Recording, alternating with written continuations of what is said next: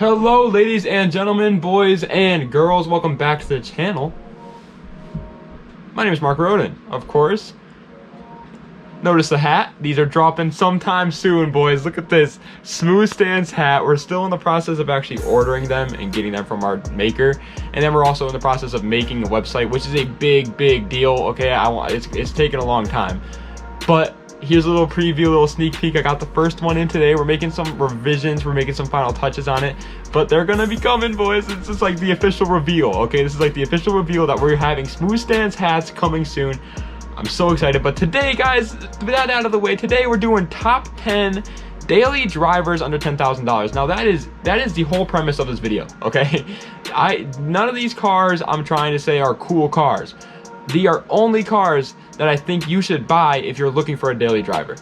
Let's get right in. So number 10 is the second generation Chevy Cruze, which comes with a 1.6 liter inline-four diesel engine, which is pretty damn cool in my opinion, and it makes 153 horsepower, but I'm going to be mentioning the horsepower and the size of the engine every one of these cars, but that's not really a problem today, since today we're only talking about daily drivers. So just keep that in mind. Horsepower should not matter to you if you're going for a daily driver. Honestly, these cars, I kind of don't like them. I never really liked Chevy Cruzes. There's just something about them that just like rubs me the wrong way.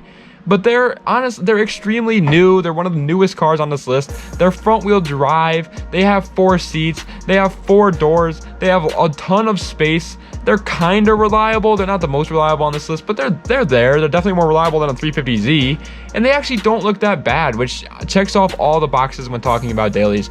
The only reason I put it this low is since it is a newer car, no one really knows how reliable it will be. Nobody really knows how often parts break, so I can't really make an educated guess on that just yet.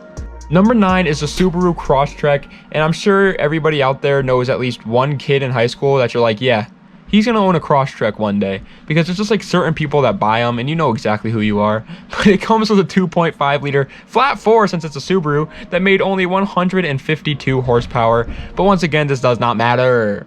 It actually looks really cool. In personal opinion, I think this car looks awesome. The Crosstrek stock wheels are easily one of my favorite stock wheels ever made. And on top of that, they're freaking all-wheel drive, which is Subaru all-wheel drive too, keep that in mind. Which means you don't have to worry a second about the winter. You can go out in the middle of a snowstorm, in the middle of a frozen tundra, and you'll be fine. Oh, and did I mention that they're off-road monsters too? Even if there's like 10 feet of snow, you're gonna be like, oh my god, look at all the cars sunken in snow while you're just driving on top of it. I feel like you could have noticed that since they do look like off-road monsters and they are a Subaru, which reminds me actually, Subarus are also extremely reliable despite what people say. Don't let people get into your mind if they say Subarus aren't reliable. They are. It's only when adding power that the head gaskets like to blow up.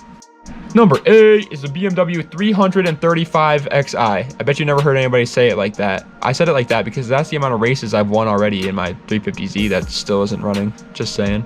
But anyway, it came with a 3 liter twin turbocharged inline 6 that made 300 horsepower on the dot, and it was all-wheel drive, hence the XI. So you're cruising in the winter, and I know you're probably wondering one of two things. You're either wondering, Mark, why would you even put this on this list? It's a sports car. Or you're wondering, Mark, why isn't this car higher on this list?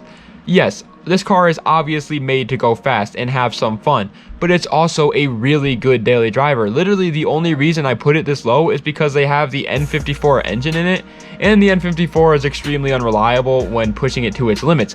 But since this is a daily driver list, if you are going to drive the car like a daily driving car, then it'll last you a while. They are easily the coolest car on this list as well, but since this list is for a daily, I couldn't put it any higher because of the N54 problems. Number 7 is a car that I always think is so underrated. It's the 2015 Nissan Altimas. I don't know what generation that is, so I just said the model year, but it comes with a 3.5 liter V6 that makes 270 horsepower, and it was front wheel drive. And if that sounds like a familiar engine, especially when talking about Nissan, that's because it kind of is. I'll give you 10 seconds, not really, I'll give you 2 seconds to guess what kind of engine it was.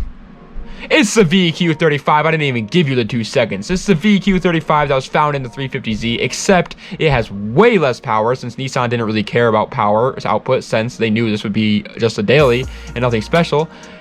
And also on top of that, they also kind of utilize that power in different, you know, areas than the 350Z does. The Nissan Altima is meant to be a daily driver, whereas the 350Z isn't. I get in my 350Z, the radio sucks, the AC isn't good. Actually, I don't even have AC, but normal, if you do have AC, it's usually not good. Lighting isn't the best. Things like that on the 350Z are cut so that they can make more power to the wheel, whereas on the Altima, they take power from the wheel and give it to things like that so you have a more enjoyable ride. Number 6 is the 2013, once again, I don't know what generation this is, Subaru Impreza, which comes with a 2-liter inline-4 that made 148 horsepower, and it was all-wheel drive, of course, since it is a freaking Subaru, man. Every Subaru is all-wheel drive, just keep that in mind. And yes, that's extremely low for what we just went over, but with a base model Impreza, if you want to go fast in a Subaru, just buy a WRX. Don't buy a base model Impreza. Anyway, once again, there's a reason why everyone buys a Subarus. The all-wheel drive system in these cars is absolutely astonishing. If you need a daily driver and you live in a snowy area, this is most likely your best bet. They also honestly don't look too bad. I mean, they're kind of girly-ish, but that's okay. Most of these cars on this list kind of are, if I'm being honest. But please don't try to mod it, since most people who do try modding these cars just kind of turn them into rice machines.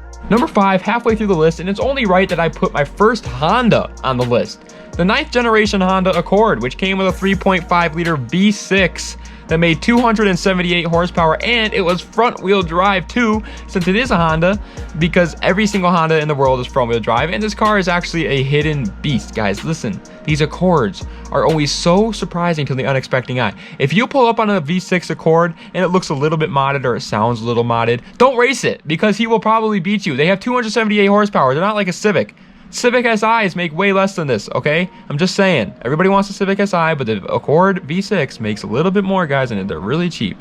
They're a lot of fun. They look really good. And, I mean, it's a Honda, so you know the reliability is there. The only downside I could think of with this car is only if you're going to mod it, since it had a V6, and Honda is notorious for making good inline 4s, and they don't really dabble in the V6 territory. So I honestly don't know how well this engine is for making power. So that's the only reason why I didn't put it any higher. But that's not why you buy a daily anyway. Number 4 is the second Honda of the list, the 4th generation Acura TL, which came with a 3.7-liter V6, but it's not the VQ37HR. It's actually, I don't know what it's called, but it made 305 horsepower.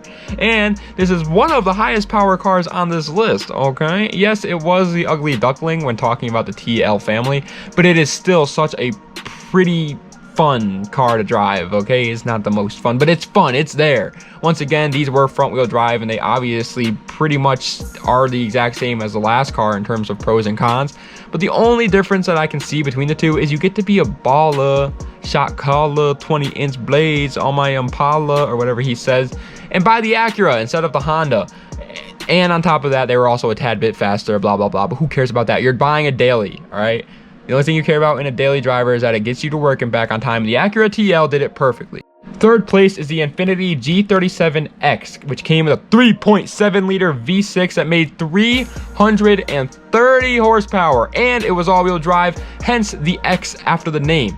This is easily the fastest car on the list, but I'm gonna be honest, I don't think it's a better daily driver than the other two. Only reason being is that these cars have a VQ engine in them, the VQ37, and VQs aren't the most reliable, especially if you plan on modding it, but they're still extremely reliable. The VQ engine is a very, very, very reliable engine. If you take good care of a VQ engine, it can last upwards of 300,000 miles, which is very good for a car. On top of that, they make a lot of power. 330 horsepower on top of a car that's all-wheel drive. It's got 4 seats. It's pretty much a sedan 370Z that's all-wheel drive. That is super cool to me. And since most of the people driving these are people like my grandma, you can pick one up for $10 and a high five. Second place, though, you knew it was coming, all right? You knew it was coming. It's the 9th generation Honda Civic. It has a lot of different engines, but the base model Civic came with a 1.8-liter inline-4 that made 140 horsepower, and it was front-wheel drive, of course. And it's no secret that when talking about reliability, the Honda Civic always comes up. I'm sure you're thinking, why would he say the Civic? Everyone always says to buy the Civic, but they say it for a good reason. Reliability is through the freaking roof. You can drive anywhere. It's like riding a horse to work. I don't know where I was going. You know what? It's like riding a horse to work, because the only way that that horse is going to die is if you don't feed it. That is actually a very good analogy. I'm going to use that more often. The only way a Honda Civic is going to die is if you don't keep up on oil changes and you don't give it gas. That's it. The car will last you forever. Sure, you'll have some parts that will break because of natural causes like potholes and stuff like that. But besides that, the actual engine itself will last you a lifetime. But there's only one car that I think is a better daily driver than a Honda Civic. It's the 2015 Toyota Camry. Once again, I'm not sure what kind of generation this is, so I'm just going to go with the model year. But it came with a 2.5 liter inline four that made 178 horsepower, and it was front wheel drive, of course, since it is a Camry. And yeah, I'm sure you guessed this car would be number one. There's no surprise here, but there is no other company out there that can rival Toyota when talking about reliability. Trucks, the Tacoma is the most reliable. I don't know why I said it like that. Cars, the Camry is the most reliable. And SUVs, I don't honestly know much about SUVs, so I'm not going to even put my input about that. But this car, you know, I just said this car is like riding a horse, but you only have to feed it for the Honda Civic. Well, this car is like riding a horse that is also a chef to work and back, and he just makes his own food. You can put soy sauce in the freaking gas tank and the car will still drive like you just bought it. Not really. Don't do that. Your car will blow up and then I'll have to go to your funeral. I don't want to go to your funeral. All right, so don't do that. But I know this car isn't anything special. You won't have fun in one of these things. You're not going to turn heads in one of these things. But this is a list. At the end of the day, it's a list about daily drivers, and it's illegal if you don't put the Camry as number one. The Camry is legendary. A Camry engine can last upwards of 500,000 miles or something crazy like that. I don't remember the exact number if you treat it right, and that is unbelievable. So pick yourself up a Camry if you need a daily driver. But all right, ladies and gentlemen, that is the end of this list. I hope you enjoyed, and if you do not forget to like, comment down below another video you'd like to see, and subscribe to the channel. I will have an update video on for my 350Z very soon. It's all about taillights and wiring and stuff, and I don't know anything about that. So you guys, I'm just trying to learn out here. All right, guys. Anyway, if you enjoyed, like, comment, subscribe. Also, stay up to date because these hats, they're coming. They're coming. They're right around the corner. Who knows? They might be outside right now knocking on your door. You don't know. Anyway, guys, thank you guys so much for watching. We just hit 6,000 subscribers today, and I can't thank you enough. From the bottom of my heart, that means the most to me. You're making my dreams come true, and so I love each and every single one of you guys. Das Vidania. Have a nice day.